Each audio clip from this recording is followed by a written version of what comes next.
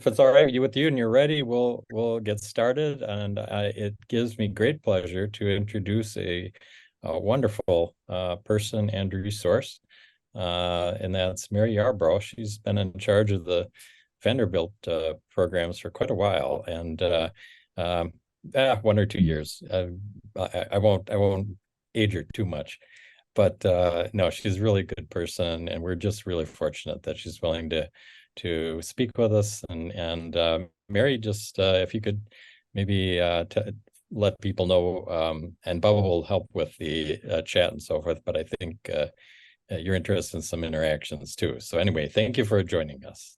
Okay, well, yeah. Let me pull this up and I will touch upon just a second. See if that will come up. Can y'all see that now? Yes. Okay, very good. So so I'm going to call this presentation All I Know About Occupational Medicine I Could Have Learned from Peter Pan. And I'm picking this because I've been reading about J.M. Barrie recently, and I was shocked at how many memorable quotes come from Peter Pan, especially some that are inspiring, that I think could have been inspiring to my career. I'm not going to deal with some of the other ones like, what to die is an awfully big adventure. I think if we've been in occupational medicine long enough, we know that there's always that risk. I came to occupational medicine really not as a first career choice, but as a second. I was internal medicine, and I had been somewhat disillusioned by internal medicine. It wasn't, my mother had been a public health nurse, and that's why I'd gone into medicine. And I just didn't find that passion that I thought I had. And so I took some time off and I did a loose scholarship and ended up doing a helicopter clinic in Malaysia and in North Borneo, actually. And from that, really found preventive medicine and found the thing that had really, I think spoke to me, that population-based health. So I went back, did at Hopkins, did preventive medicine, and then from there worked at WHO in Geneva, and then in the state of Tennessee in their health department, where I did environmental epidemiology and actually got into the occupational aspects of preventive. So Vanderbilt recruited me some almost 30 years ago now to come and start their occupational program. So that's what I thought I would just tell you a little bit about today. I'll use some examples, but if you have questions along the way, please feel free to let me know. So Never Neverland for me is at VUMC. It's that place that's supposed to be perfect for our patients. It's supposed to be perfect for our employees. And, as we know, they're not very perfect places. There's lots of hazards. Medical centers are incredibly dangerous places.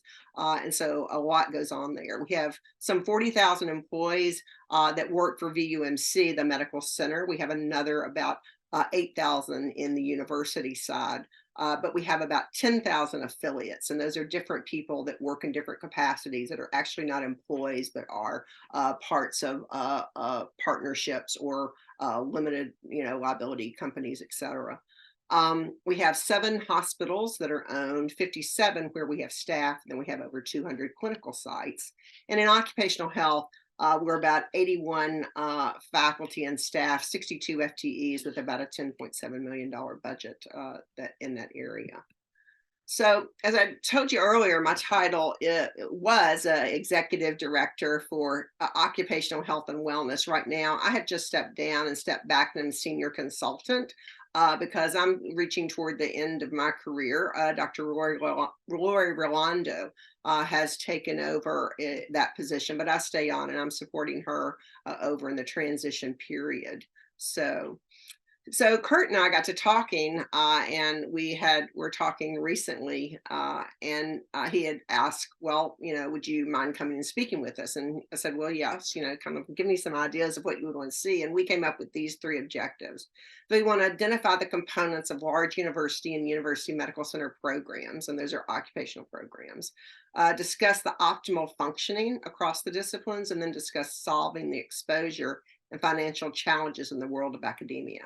So no small thing that he thought might be a good idea to do. So we'll see how we can do that, and wanted to leave some time at the end so that you can ask questions and maybe can focus in on those areas that you find, more interesting.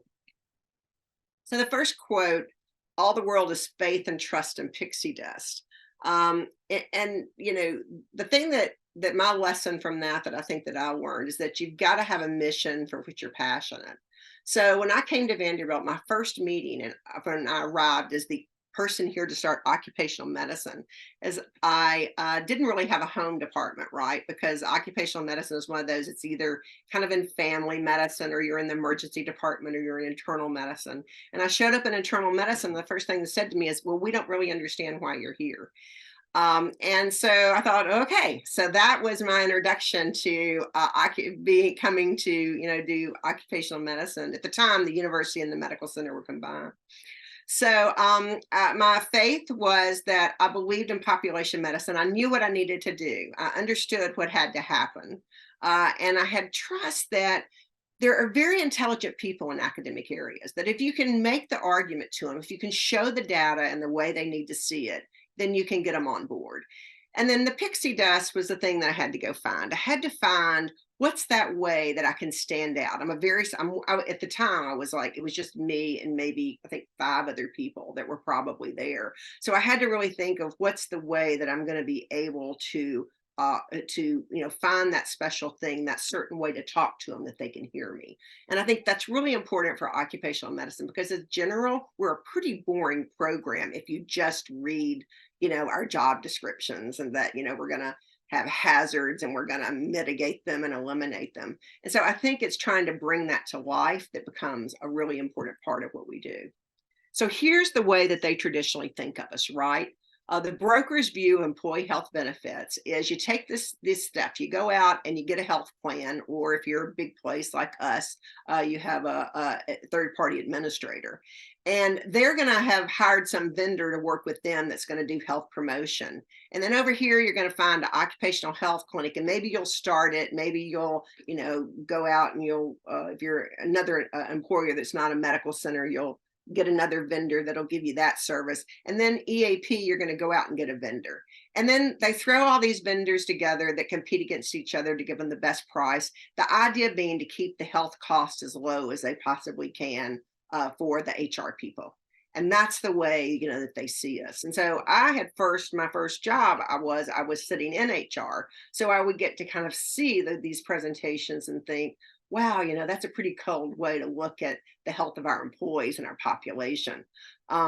So I decided that we needed a holistic view, and to paint a holistic picture and a more preventive view of what we're a community, we're a population of these people, that we have people that there's a psychological part of our employees. There is the hazard protections and related care. They're working in a hazardous job. We have their personal care. We have that patient care coaching we need to help them with sometimes, how they maneuver with their patients. Then they have their social and their family life. And then there's these whole issues of respect in the workplace. So there's all these components that really go into their well-being and their health.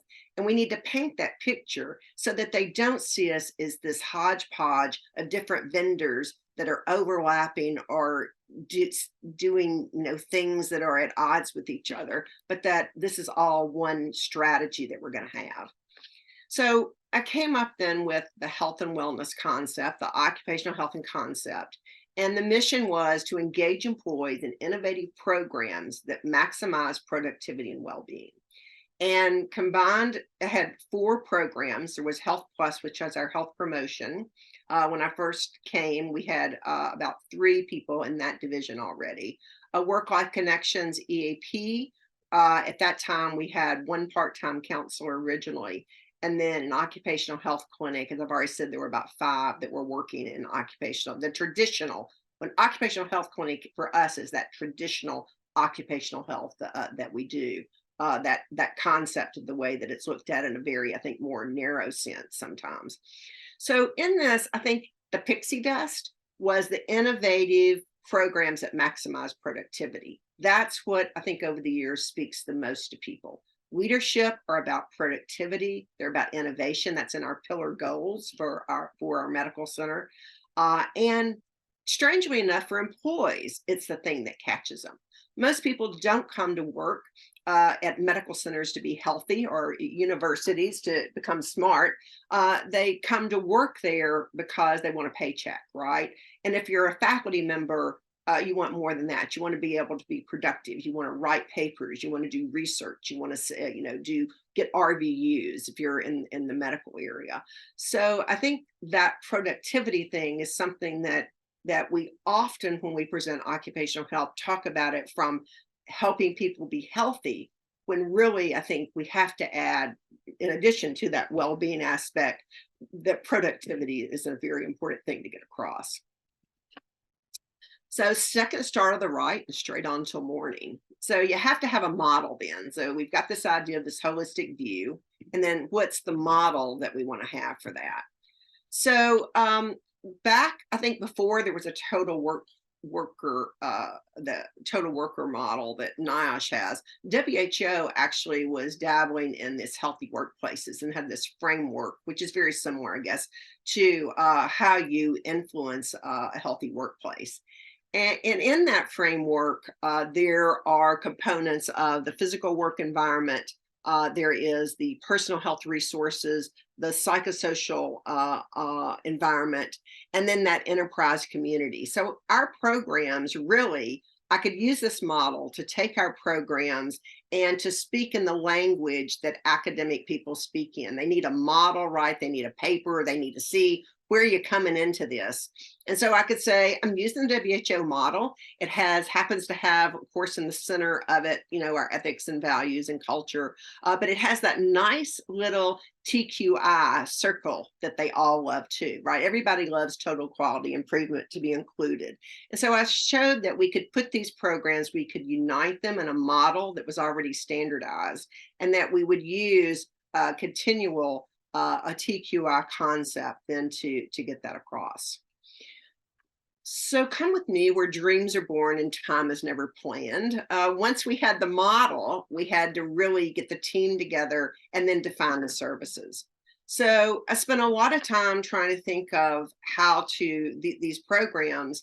How do we need to put them together? They've got to integrate, but who's going to be doing what? And so occupational health, I think, is, in somewhat ways the more easier, the standard occupational health clinic prototype. You have the hazard protections that we're delivering, of course, our those standard things against hazards, ergonomic, infectious diseases, chemical, energy, all of those types of areas. And then we have our medical surveillance programs. We have our injury and illness care, which includes our return to work, our medical legal, a lot of that falls in there. And then healthcare coordination. We spend a lot of time in our occupational health coordinating the other benefits that they have, in addition to workers' comp, that are through that benefits plan, that very scattered plan that I showed you earlier. In our health promotion area that we call Health Plus, we use Michael O'Donnell's model that he had of how you implement health promotion, and that is through health awareness, motivation, skill building, and then creating those opportunities. So we have an HRA, for example, that helps people learn about their different risks that they have. We integrate occupational risk into that. Then we motivate people to achieve, to work on those risks, to build the skills, and then to participate in opportunities. And a lot of then the straight occupational workplace is integrated into that. And then in terms of our work-life connections EAP model, that's again skill development, coaching, counseling, care coordination, and monitoring and recovery. So one of probably the biggest things for academia that I would say in here is that coaching aspect. The reason we call it coaching is because faculty initially would not accept counseling, right? They wouldn't accept that they needed counseling in the area of mental health. They would accept they needed coaching. And so our model, then we realized that we could do coaching, which very much looks like counseling to the rest of the world. But we do have some nuances there in how we do that differently. So we're all failures, at least the best of us are. So be humble. I guess that's the other thing that I learned early on in and academic medicine, especially. It's like this cage of beautiful birds that all want to spread their wings, right? And so one of the things that I really had to come into is I had these great ideas, and I'm narcissistic enough, like the rest of us, that I just know that I've got the best ideas. But I really had to learn that everybody does, and there's a lot of priorities. And I'm not a revenue generator, really. I mean, yes, we're close on the margin. We can have these other employers, and we can have things, but for serving the medical center, I really have to be careful, right? Because not being a revenue generator, that can be a dangerous place. So I had to think about how I do that. So one of the examples I would use would be then WHO patient safety, for example. I had to show how I fit. How was I priority? So, WHO came out and says that humans are prone to, sorry, excuse me, that humans are prone to make mistakes and in a complex health environment, and that you have to have a systems approach, right? So by doing that, by aligning myself that I'm doing something for patient care, when I do it for patient care and keep people productive, then this is why you need to fund my programs, because I'm out there helping you reach your mission of being productive through patient care. And I've got to create a system. I've got to be part of your system. You need to include me and let me be in there. And so in doing that is a way to then bring pieces of the system that I bring to the table, then to get funding for that. And part of that is really knowing the partners and the programs. Again, being humble.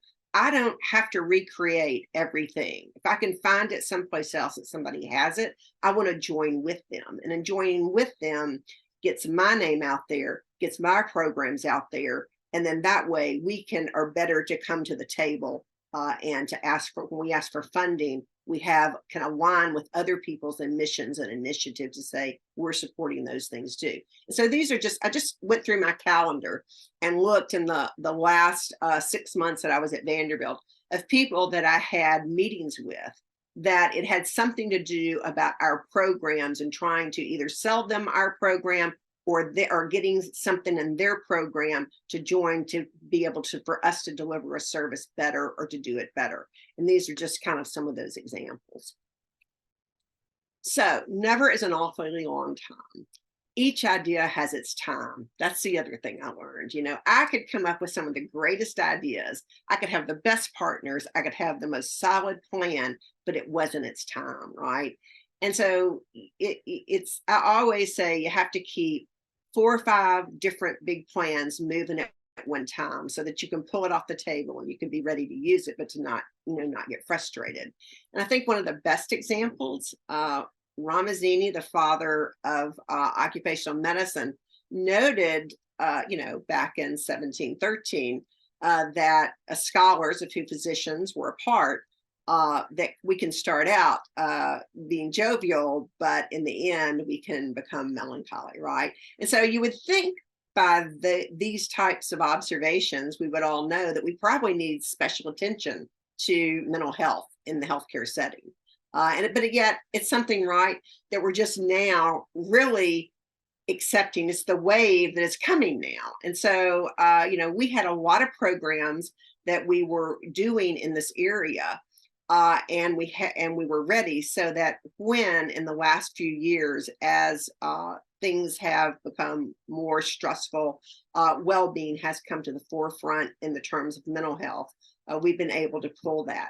So we have this model from our EAP that we actually changed the name from EAP to Work-Life Connections, because we did have all of these programs in it, that it grew from just a counseling program to being able to show them that we have all of these pieces, that they fit together, and that they're well-being. And that from doing that, they see that when we have something in this area that is addressing the stress or something with our faculty and staff, they know that, oh, y'all got this whole house of programs. Let us see about bringing this to you.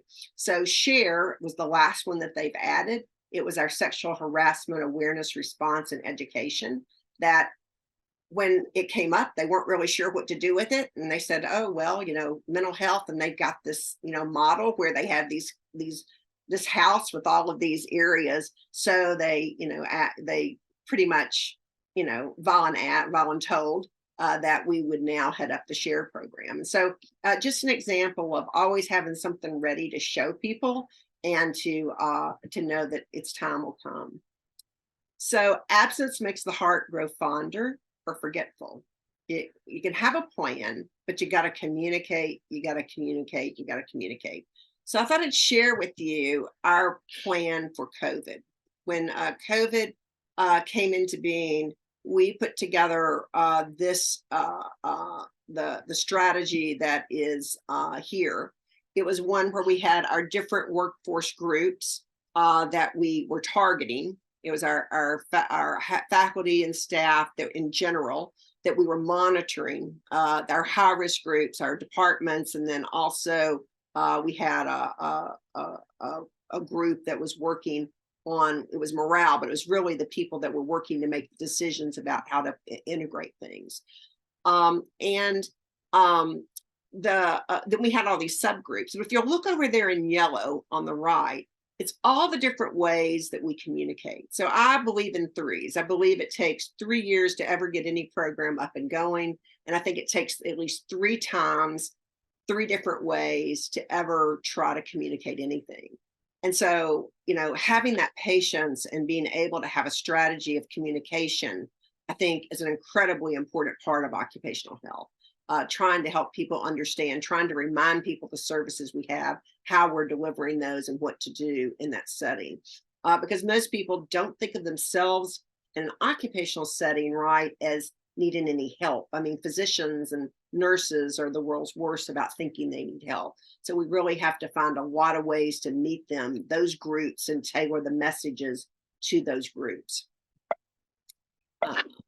Sorry.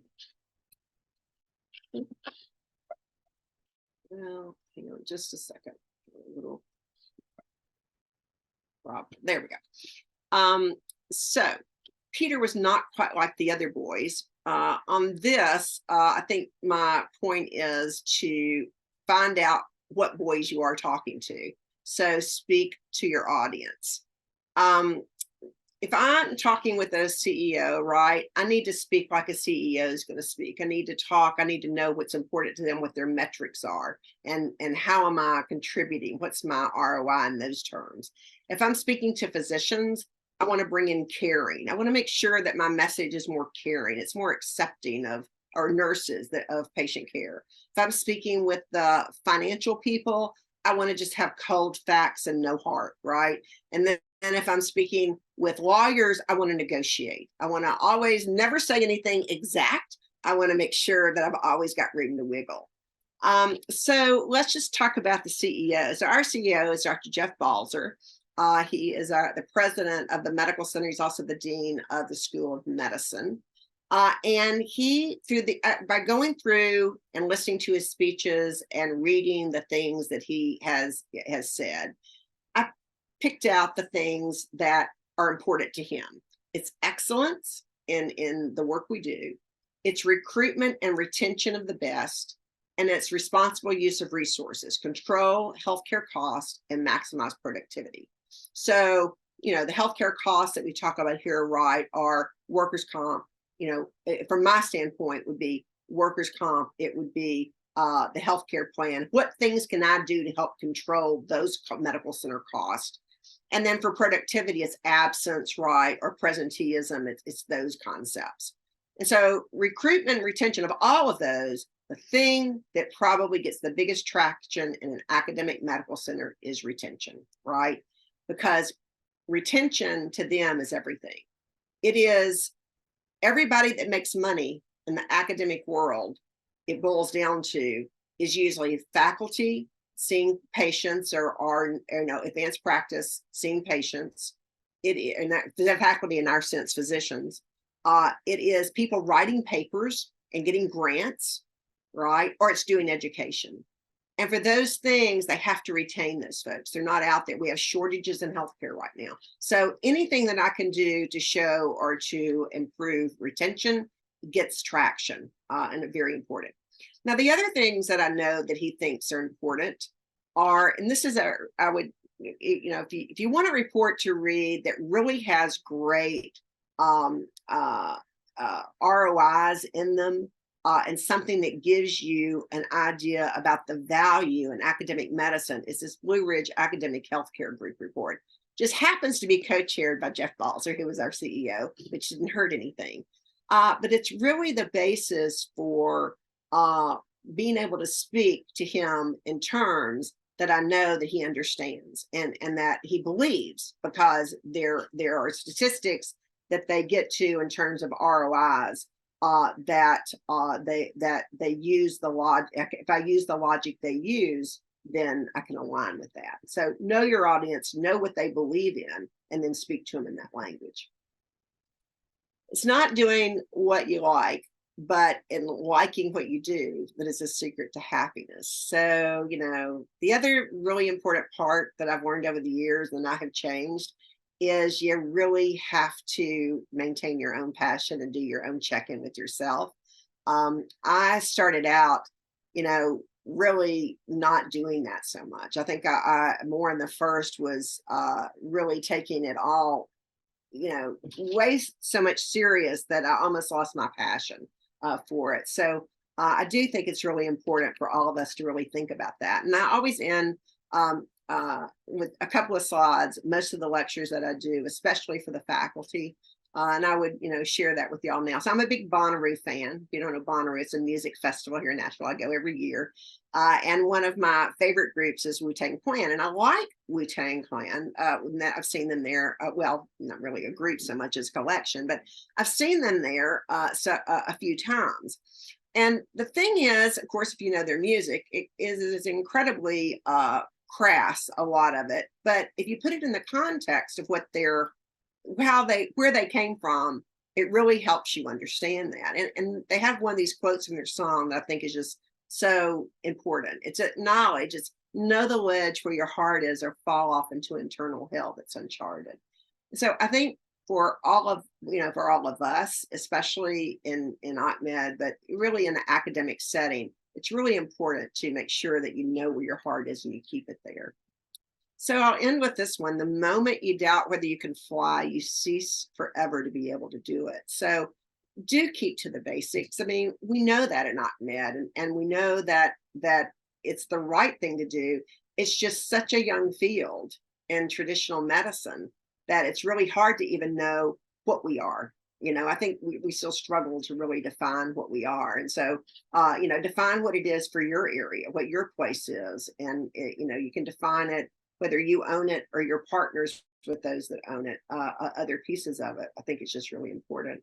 And then remember, the one intervention that we can all do is say thank you every day. It's the one thing we found in all of our surveys that is the cheapest and the most appreciated thing by most of our faculty and staff. So we really do like to always remind people of that. So I will stop there. And excuse me just a minute. Let's see. Oops, there. I think I'm back. So. Mary, that was great. Thank you so much. I assume what you were interested in discussion at this point. Is that correct? Yeah, I think when we had talked, you had said maybe if we kind of shoot for about 30 minutes, and then we can open it up if there's any questions or discussions. So that sounds great. I'll point out one of the things. You had many great messages, and one of the things we've just been talking about is you always have to be ready with your plan, and it has to be. Bubba and I have been just talking about that today. In fact, if you're ready with your plan, and the moment the window cracks a little bit, you have much higher probability of success. And that was Royce Moser's teaching for many years, and now Matt Hughes's. So anyway, let's see what other people have for questions. I've got several written down, but let's have other people go first. Yeah. So yeah, I agree. Excellent presentation, and it's interesting. Some of the things you talked about, Mary, we had almost the same process in a lot of the times here, right? So You know, faculty before me, like Kurt and Eric and stuff, had tried really hard to get a full robust program all at once, but the timing wasn't right. It wasn't accepted. And then eventually ALAC came and said, oh, you guys really don't do great with occupational health for these employees. And so that opened, like you said, like a little teeny area for animal handlers specifically, right? And so that's what we started with. It's like, okay, let's talk about our animal handler health. And then, that was like 2015, right? And it's just now where we're starting to get a more robust program, much more buy-in, like you said, meeting with leaders and things. So my question, I guess, is I would probably say we're still behind where you are, right? So we have more buy-in in senior leadership and things, but there's still, that the overall coordination, right? So we still have lots of pieces in different areas, which is fine. But I guess, how did you get to the point where things like even like EAP and all that kind of stuff kind of came together for you? Like, how did you get, was it again just opportunities that appeared, or is there something that you did actively to kind of bring those closer together? Yeah. I think that probably the two most important things. One was early on, there was another HR person that was kind of managing EAP initially when I first arrived, and also another one that was doing the Health Plus. We were that, that split model. So we got together just to form as a group, right? Just to come together and let's talk about how we can share. What are things that we can do together? In the first year, or you're fighting the fact that everybody's suspicious of everybody, because I don't know, it's something about academic medical centers. Everybody's always suspicious of everything, and you you get together and you talk, and then you start finding those initiatives or those little things that you can do together. Now, in my case, what happened was just there's a lot of attrition around medical centers as well, too. And so, and the other thing is that people really respect physicians as a whole. So the one thing was, one of the managers that had the EAP actually left, and they were hiring another manager. And they came to me, they said, well, look, you already know this stuff because you've been in this committee. The HR was in the committee. And, that was support from the faculty to do that at the time. So it was just kind of natural that they just said, here, will you just kind of take this? And when they offered it, I didn't ask for more money. I didn't ask for anything. I just said yes. And then I thought, I'll deal with the rest of that later. So that would be, I think, kind of my message is, start getting to know each other. And you may find that they may find this is the right place for it, but at least there needs to be that structure. I think if you can be the one to paint that, I think they can see it better sometimes. Yeah, because I think for us right now, again, working on all the other programmatic things, but we're also starting to talk to HR and other organizations in the university to talk about like workplace injury case management.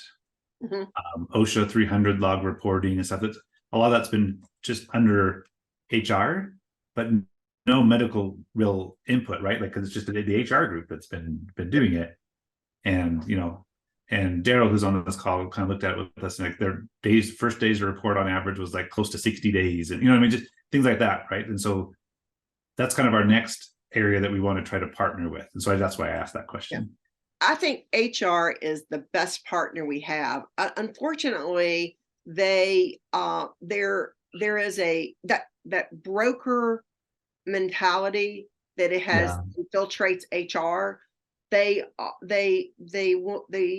see everybody as somebody to manage, and it's almost like you have to gain their trust and first because they are probably the most difficult group to deal with, yet they're the most important, especially when you are dealing with the medical legal issues that in all the workers' comp things that you just talked about. Yeah, absolutely. Thanks.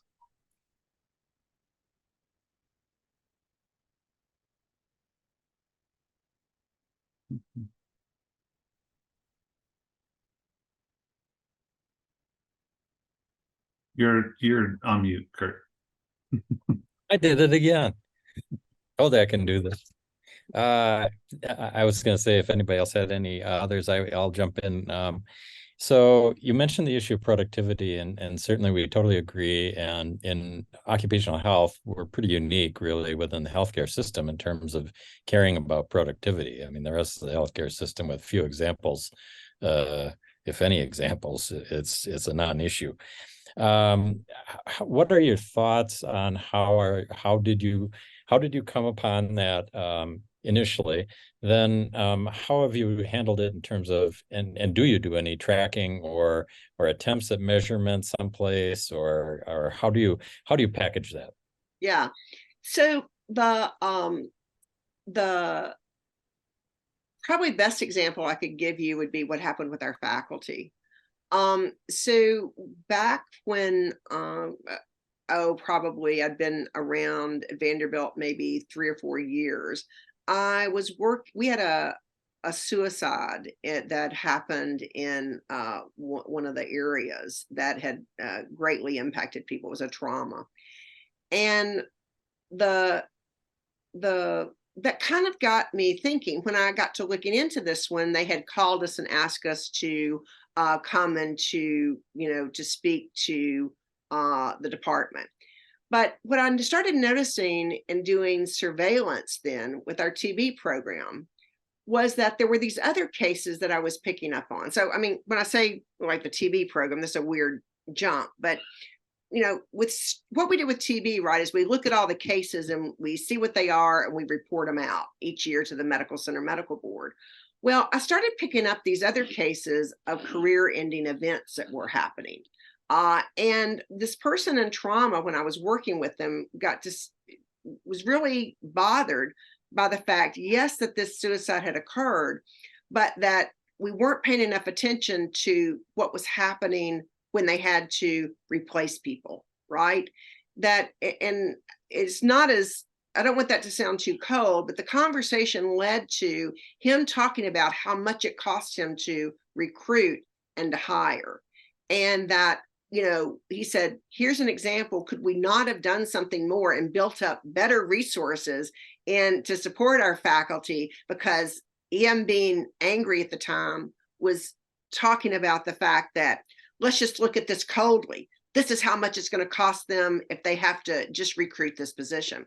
So out of somebody's anger really kind of formed this idea that if we just looked at those and took those recruiting costs and really look, because it's very different for faculty, right?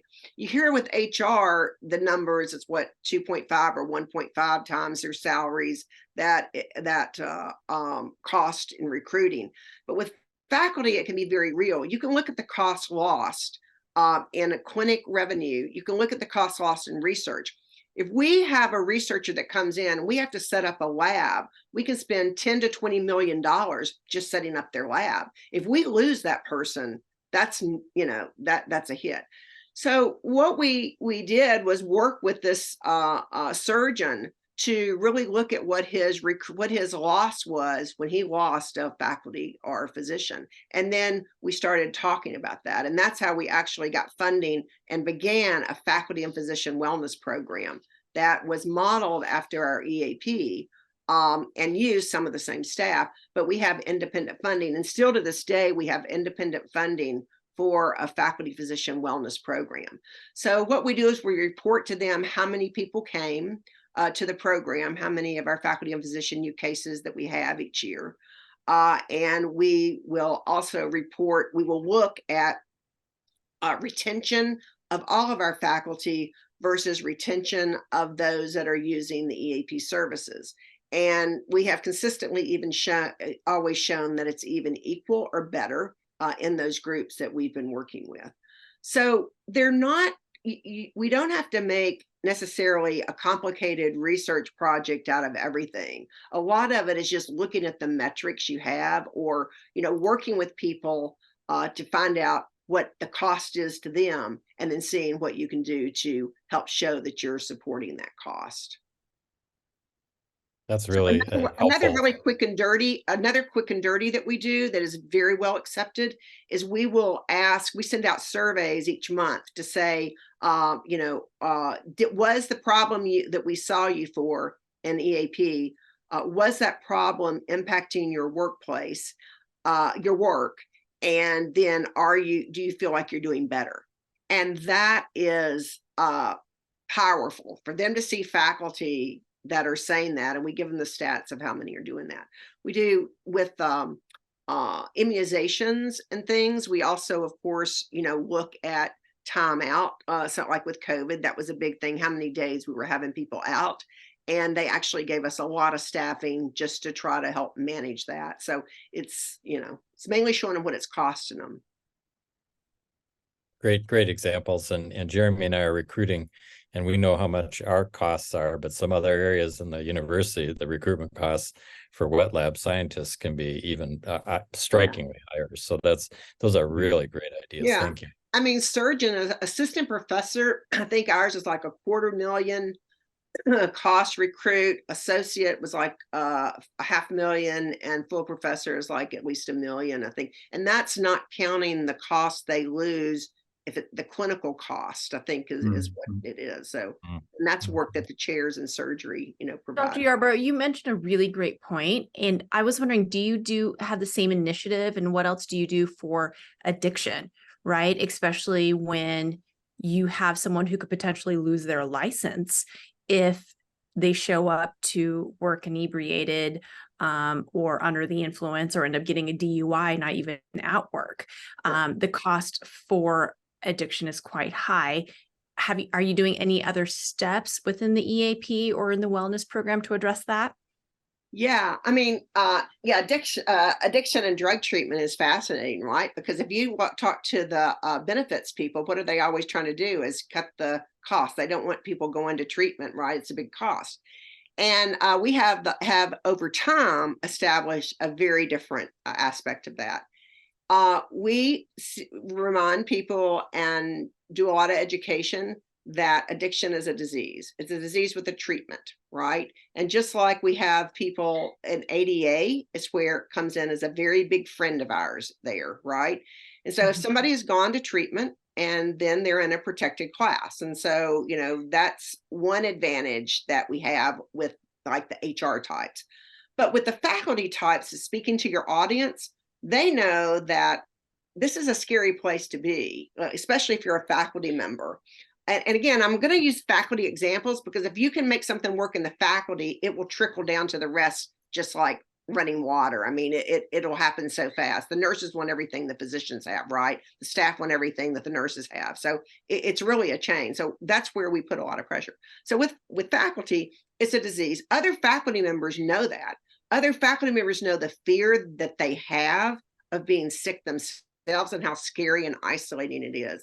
So we really have, a strategy. If anybody comes forward to our EAP and they have a problem, it is confidential if they go to treatment, right? And if they go to treatment, we never have to tell anybody. We don't have to tell leadership or anyone. And then we monitor.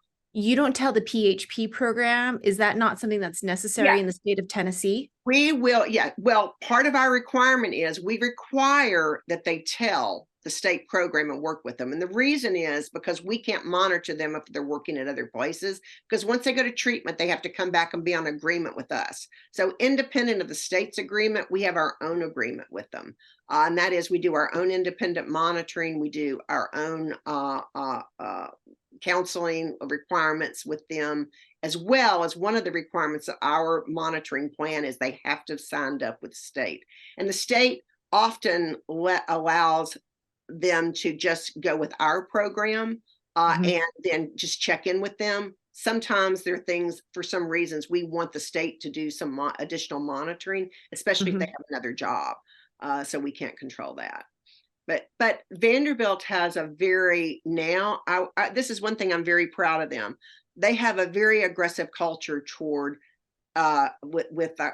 for treatment and giving the support to people to stay in the workplace. Now, I will tell you, there's a little bit of that is also can be a business thing, right? because it goes back to the retention policy, that when we have faculty members that, for example, they have benefits, the insurance plan has said they wouldn't pay. They have gone to, we're self-insured. They have gone to HR, the department chairs, and have told them they don't like that benefit. They don't like that. And they changed it to where now we're doing treatment. We actually have a bundle for alcohol and drug treatment. So it really, over time, I think has changed. In addiction, we see that just like every other mental health.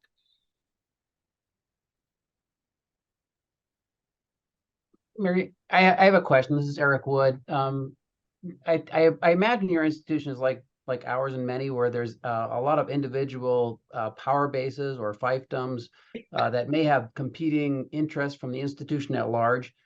Do you have maybe I'm mistaken that you do have that, but I think this is true of other places I've been.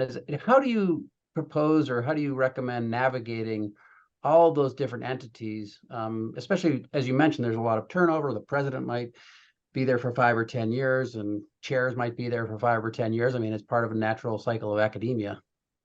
Yeah. Well, of course, the very first thing is that communication plan. Be ready for when they turn over and get on their books to get in there. Like right now with our chairs, we have a chair turnover, then we book with them to go in there and explain our programs to them. So I think that's one thing. But yeah, there are absolutely, probably it's the bane of academic medical. I've worked at international level. I've worked at a national level. I worked at the state level, and nothing compares to working in an academic medical center, because it's such a horizontally managed organization. There's nobody in charge, right? I think the dean one time told me that he's like, the chairs are like the knights of the round table, that he gets to be king until they decide to overthrow him. And it's true, and so I think that recognize the way that we've managed a lot of that is we give them what they want. So going back to, I want to use the EAP model because it's the one that's freshest on my mind, but we have it. I could do with occupation. I can do occupational too. The physicians want their program. So we gave them the physician wellness program. It's like the staff EAP. The nurses wanted them. Fine, we gave them one. The APs wanted one. Yes, we're giving them one. They're the same program, the same counselors, the same everything, right? With a couple of exceptions. It's just they get to be called their program, and we report the statistics out for them. And, that's the way it goes. With occupational health, another one was, nurses and ED. No matter how many on-sites we made available to give immunizations, no matter what we did, it was never enough. It was never right. It was never what they needed. So we thought, okay, so we started this program called the Peer Vaccination Program. And if they come and do training with us, we will let them do that. We will give them their flu immunization. They can deliver it themselves. They have to report back to us, and we only pay for the ones where they give us staff ID that they have given it to that matches, our eligibility file. And that's worked great. So a lot of it is, when you work so hard and you do something, you just want to strangle them, is kind of saying, okay, what do you want? And then we'll give it to you. But a lot of times it's like just dressing it up a little different, Most of the things you do to make people happy really don't cost a lot. It's just, we have this thing where anybody that calls and complains about because flu is mandatory. So anybody that complains about it, we'll say, fine, where are you? We'll send somebody right away over to give it to you.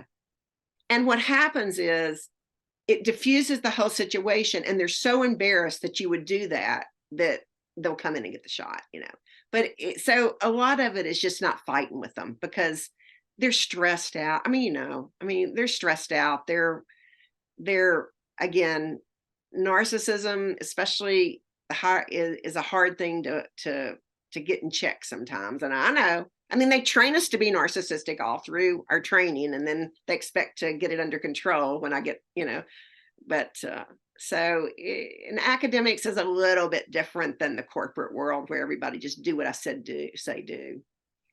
Right. So it's being patient with them and loving them. I always tell my staff, we got to love them. They're ours. We got to love them, so no matter how much we want to strangle them. How Thank many you. reports Those are did great you have? messages. No. Sorry, Yeah. Kurt. Sorry about that. Yeah, I know. I agree, Eric. It was great messaging. Mary, how many reports did you have to your position? And do you have an org chart you could maybe share with us or send it?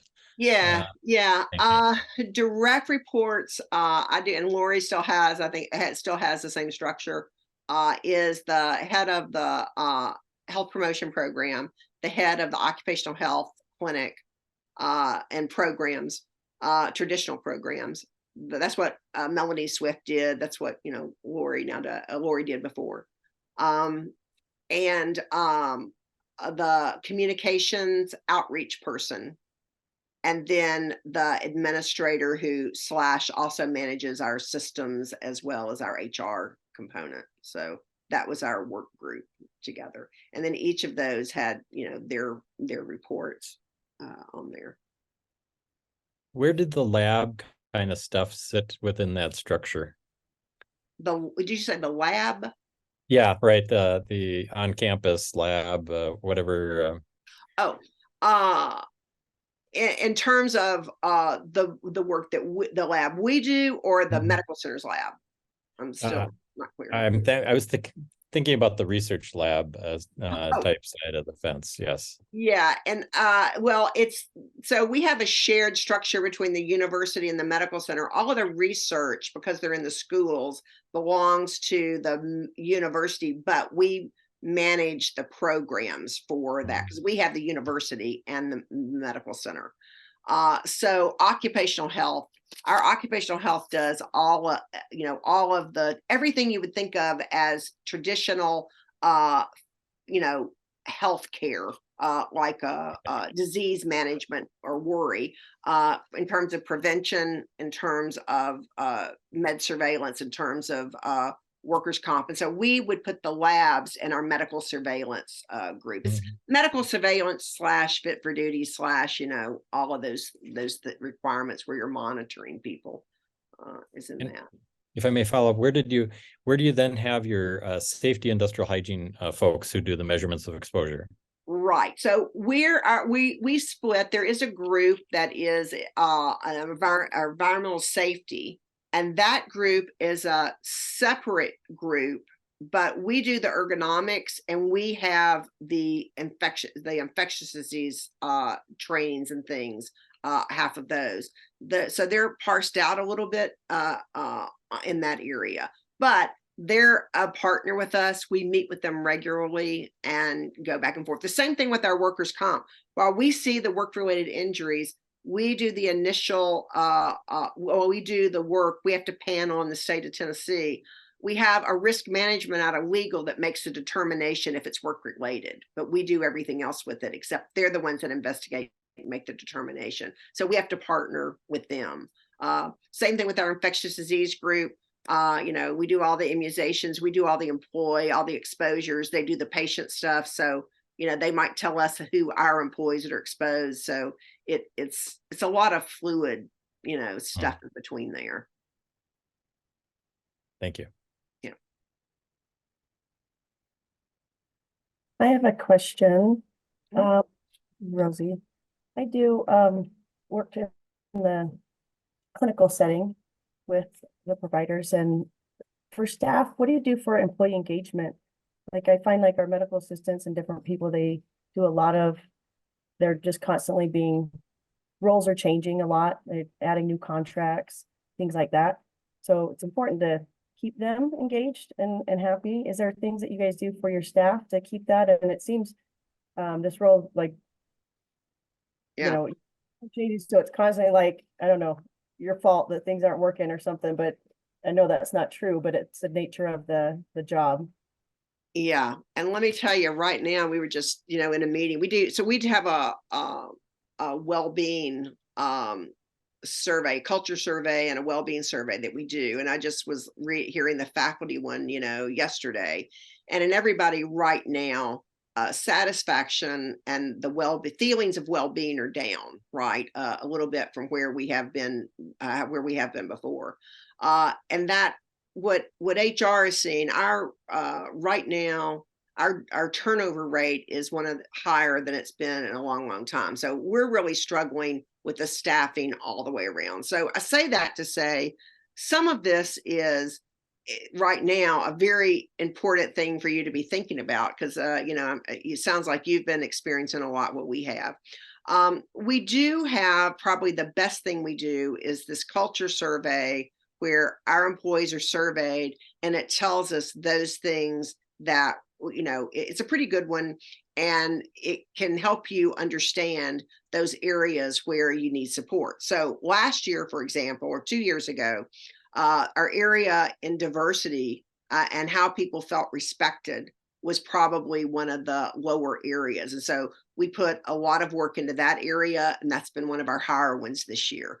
But the other thing right now, this remote work is causing fits for us, because people are really struggling over, do I want to work remote from home and do telemedicine because there's a shortage and everybody's hiring those people, or do I want to be in the clinical setting with regular hours when all my friends are working different? So that we're finding, you know, trying to find our ground on that. So we're trying to pay a lot of attention to what flexibility and what control can we give the staff, and, you know, still maintain the operations in the way we need to operate.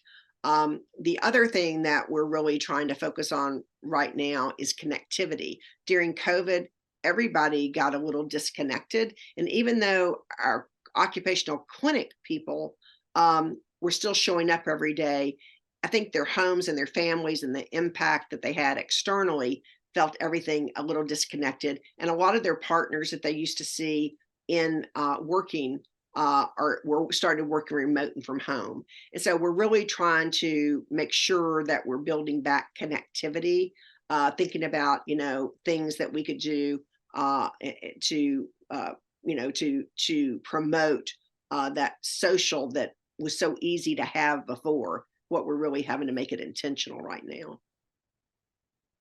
Thank you. We're coming up on the hour already, and it's gone by so fast, Mary. Unless there, maybe if people could email you if you have any, if you're okay with that, with any last questions, but to respect the time and everybody's time, I wanted to again thank you on behalf of the Rocky Mountain Center, the University of Utah, and our faculty and staff, and we really enjoyed it. Mary, you just are such a wealth of knowledge and a resource for the country. Thank you so much. Thanks a lot. Thank you. Thank you. Get a holiday. Thanks. You too. No, Thank you. Bye. Bye. Bye. Thanks.